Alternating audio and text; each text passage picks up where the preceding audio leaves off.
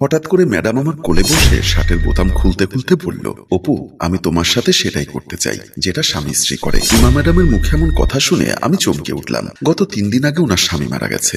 উনি আজ অফিসে এসেছেন অফিসের দায়িত্ব বুঝে নিতে, কিন্তু ওনার মুখে এমন কথা শুনে আমি কিছুটা অবাক হলাম। অফিসের ভিতরে এমন পরিস্থিতির জন্য আমি মোটেও প্রস্তুত ছিলাম না।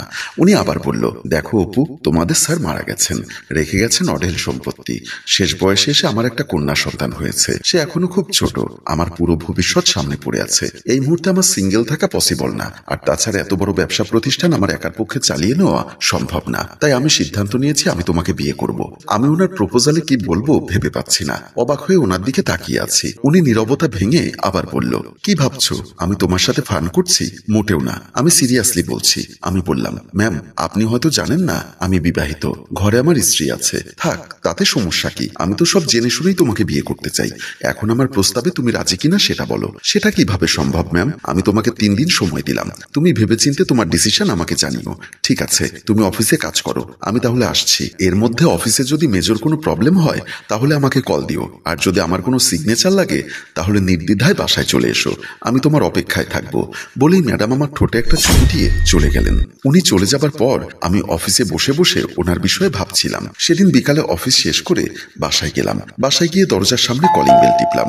বাসায় আমার স্ত্রী একা থাকেন, আমাদের এখনো কোনো বাচ্চা কাচ্চা হয়নি। আমি 2-1 বার কলিং বেল দেবার পরেও জোনাকি দরজা খুলছে না। এদিকে ম্যাডামের দেওয়া প্রস্তাবটা আমার মাথায় ঘুরপাক খাচ্ছে।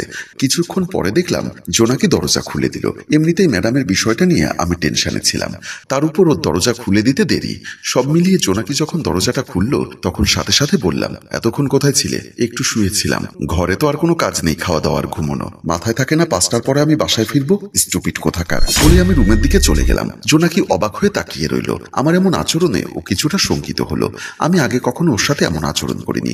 আজ হঠাৎ করে আমার এমন ব্যবহারে জোনাকি কি বলবে বুঝতে পারছে না। রাতে খাওয়া দাওয়া করে আমি আর আমার স্ত্রী যখন শুয়েছিলাম তখন গভীর রাত। তখন আমি ঘুমোইনি। সারাক্ষণ ম্যাডামের দেওয়া প্রস্তাবটা আমার মাথায় ঘুরপাক খাচ্ছে। সত্যি কথা বলতে ম্যাডামের চেয়েও ম্যাডামের স্বামীর রেখে যাওয়া অঢেল ধন সম্পত্তি আমাকে কিছুটা লোভে ফেলে দিয়েছে। একদিকে আমার স্ত্রীর ভালোবাসা, অন্যদিকে ম্যাডামের অঢেল ধন সম্পত্তি। এখন আমার কি করা উচিত সেটা ভেবেই আমার রাত পার হয়ে যাচ্ছে। আমার পাশে শুয়ে থাকায় স্ত্রী বিষয়টি লক্ষ্য করে বলল, তুমি কি কোনো বিষয় নিয়ে টেনশনে আছো? না। তাকে বিষয়টি বুঝতে দিতে চাইলাম না। সে আবার বলল, তোমার সাথে আমার 3 বছরের সংসার জীবন, তার আগে আমরা 4 বছর প্রেম করেছি। কখনোই তো তোমাকে এতটা বিমর্ষ হতে দেখিনি। সত্যি কথা বলতে আজকে আমার স্ত্রীর কথাবার্তাও আমার কাছে ভালো লাগছে না, কারণ সারাক্ষণ মাথায় ঘুরপাক খাচ্ছে ম্যাডামের দেওয়া প্রস্তাব। তাই কিছুটা বিরক্ত হয়ে বললাম, মানুষের মন মানসিকতা সবসময় কি একরকম থাকে? বলছি কিছু না, তারপরও কানের কাছে ঘ্যানর ঘ্যানর করছো কেন? আমাকে রাগান্বিত হতে দেখে জোনাকি চুপ হয়ে গেল। আমি আর কথা না বাড়িয়ে ম্যাডামের বিষয়টা ভাবতে লাগলাম। এভাবে কেটে গেল কয়েকদিন। সেদিন আমি অফিসে বসে কাজ করছিলাম। এমন সময় অফিসের পিয়ন এসে আমাকে সালাম দিল। আসসালামু আলাইকুম স্যার। ওয়ালাইকুম আসসালাম। স্যার, ম্যাডাম অফিসের ল্যান্ডফোনে কল করেছিল, আপনাকে নাকি অনেকগুলো কল দিচ্ছেন, আপনি কল রিসিভ করছেন না। হ্যাঁ, আমি একটু বিজি ছিলাম, তাই কল রিসিভ করতে পারিনি। সত্যি কথা বলতে এ কদিন আমি নিজের সাথে নিজে যুদ্ধ করছিলাম। আমি জানি ম্যাডাম আমাকে কি জন্য ফোন করেছে, কিন্তু আমি বিবেকের কাছে বারবার হেরে যাচ্ছিলাম। কারণ ঘরে আমার ভালোবাসার স্ত্রী। একে তো ম্যাডামের প্রপোজাল দেওয়ার পর থেকে আমি আমার স্ত্রীর সাথে অশ্রদ্ধাশীল আচরণ করছি, অন্যদিকে ম্যাডামের লোভনীয় প্রস্তাব আমাকে বারবার অমানুষ হতে বাধ্য করছে। তাই আমি বিষয়টা নিয়ে ধোঁয়াশার মধ্যে ছিলাম। এর মধ্যে ওনার কলটা রিসিভ করতে মনে সায় দিচ্ছিল না।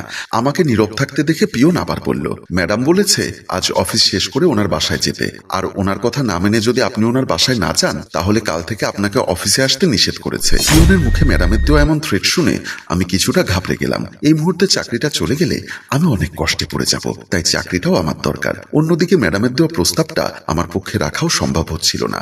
শেষ পর্যন্ত আমি পিয়নকে বললাম, আচ্ছা ঠিক আছে, ম্যাডাম যদি আবার ফোন করে বলে দিও অফিস শেষ করে আমি ওনার বাসায় যাব। তারপর পিয়ন আমাকে আবারও সালাম দিয়ে চলে গেল। আমি আবারও কাজে মনোনিবেশ করলাম।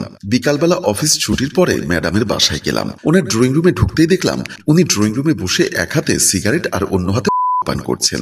আমাকে দেখে বলল, come on baby, please sit down. আমি কিছুটা অস্বস্তি বোধ করেও ওনার পাশে সোফায় বসলাম। উনি আমার উদ্দেশ্যে 1 গ্লাস নিবেদন করে বলল, please take it. Sorry ma'am, আমি ওসব পান করি না। উফ, কাউ বয়, তোমার মতো স্মার্ট ছেলে যদি হালকা ড্রিঙ্কস না করো সেটা কি শোভা পায়? আমার অভ্যাস নেই। হাই প্রোফাইল লাইফ লিড করতে গেলে এগুলো হ্যাবিট থাকতে হয়। নাও আজকে একটু ড্রিঙ্কস করো।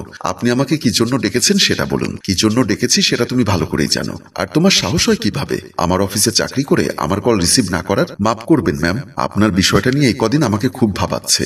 ঘরে আমার বিবাহিত স্ত্রী, আপনার জন্য এই কদিন আমি তার সাথে খুব মিসবিহেভ করেছি। আমি আপনার প্রস্তাব একসেপ্ট করতে গিয়ে আমার স্ত্রীর অমর্যাদা করতে পারবো না। উনি আবারও একটু পান করে বলল, গুড। স্ত্রীর প্রতি ভালোবাসা দেখে আমি তোমার প্রতি আরো দুর্বল হয়ে গেলাম। একটা কথা কি জানো অপু, যার অঢেল ধন সম্পত্তি আছে তার 2-4টা বউ থাকলে কোনো সমস্যা নেই। তুমি আমাকে বিয়ে করলে এ সকল ধন সম্পত্তির মালিক হবে তুমি। আর তাছাড়া আমি তো বলছি না তুমি তোমার বউকে ডিভোর্স দিয়ে দাও, তোমার ওই বউ থাকবে ওই ঘরে আর আমি থাকবো এখানে। তুমি শুধু দুটো বাসা অ্যাডজাস্ট করে নিবে। আচ্ছা ম্যাম, একটা কথা বললে কিছু মনে করবেন না তো? ম্যাম নয়, বলো ইমা। আমি তোমার মুখে শুধু ইমা ডাক শুনতে চাই। আচ্ছা, আমাদের অফিসে তো আরো অনেক সুন্দর সুন্দর ছেলে রয়েছে, আপনি ওদেরকে প্রস্তাব না করে আমাকে কেন প্রস্তাব করলেন? আমার কথা শুনে উনি হেসে উঠলেন। তারপর সিগারেটে একটা টান দিয়ে বললেন, তোমার ব্যক্তিত্ব আমাকে তোমার প্রতি দুর্বল করেছে। তোমার স্ত্রীর প্রতি ভালোবাসা দেখে সেই ভালোবাসার ভাগ নিতে আমাকে লোভী করেছে। তোমার কি মনে আছে তোমার স্যার যেদিন অসুস্থ হয়ে বিছানায় পড়েছিল সেদিন তুমি স্যারের একটা সিগনেচারের জন্য বাসায় এসেছিলে? আমি তোমার স্যারের পাশে বিছানার উপর বসেছিলাম, তুমি এসেই সালাম দিলে, আসসালামু আলাইকুম স্যার। তোমার স্যার অসুস্থ অবস্থায় কাঁপা কাঁপা গলায় বলল, ওয়ালাইকুম আসসালাম, এসো অপু বসো। তারপর তুমি তোমার স্যারের বিছানার পাশে রাখা চেয়ারে বসে বললে, স্যার আপনার এখন শারীরিক অবস্থা কেমন? ভালো না। ভালো হলে তো অফিসে যেতাম। কি জন্য এসেছো বলো? স্যার সবাইকে বেতন দিতে হবে, তাই আপনার একটা সিগনেচার দরকার। ইচ্ছা করলে তো তুমি দিয়ে দিতে পারতে। আমার সিগনেচার নেওয়ার জন্য এখানে আসার কি দরকার ছিল? স্যার আপনার অনুমতি ছাড়া আমি বেতন দিই কিভাবে? তারপর এই কথা সেই কথা বলে তোমার স্যার সিগনেচার করে দিল। সিগনেচার নেওয়ার পর তুমি চলে গেলে। তুমি চলে যাবার পর তোমার স্যার বলল, আমার অফিসে এতগুলো কর্মচারী, তাদের মধ্যে আমি একমাত্র অপুকে পেয়েছি, খুব অনেস্ট এবং কেয়ারফুল। ওর মতো ওবিডেন্ট কর্মচারী যে অফিসে থাকে সেই অফিসের কখনোই ক্ষতি হতে পারে না। সেদিন তোমার স্যারের মুখে তোমার এমন প্রশংসা শুনে আমি মুগ্ধ হয়ে গেছিলাম। তাই তোমার স্যার মারা যাবার পর আমি অফিসের স্বার্থে তোমাকে বিয়ের প্রপোজ করি। প্লিজ অপু, তুমি না করো না, আমার সাথে একটু ড্রিঙ্কস করো। তারপর ম্যাডামের এমন জোরাজুরি শর্তে সেদিন আমি ম্যাডামের সাথে বসে ড্রিঙ্কস করি এবং ওনার সাথে কথা বলতে বলতে অনেক ফ্রি হয়ে যাই। উনিও ড্রিঙ্কস করছিল, আমাকে ড্রিঙ্কস করতে দিচ্ছিল। জীবনে কখনো সিগারেট পর্যন্ত ছুঁয়ে দেখিনি, কিন্তু আজ কেন জানি ম্যাডামের সাথে বসে ড্রিঙ্কস করতে আমার খুব ভালো লাগছে।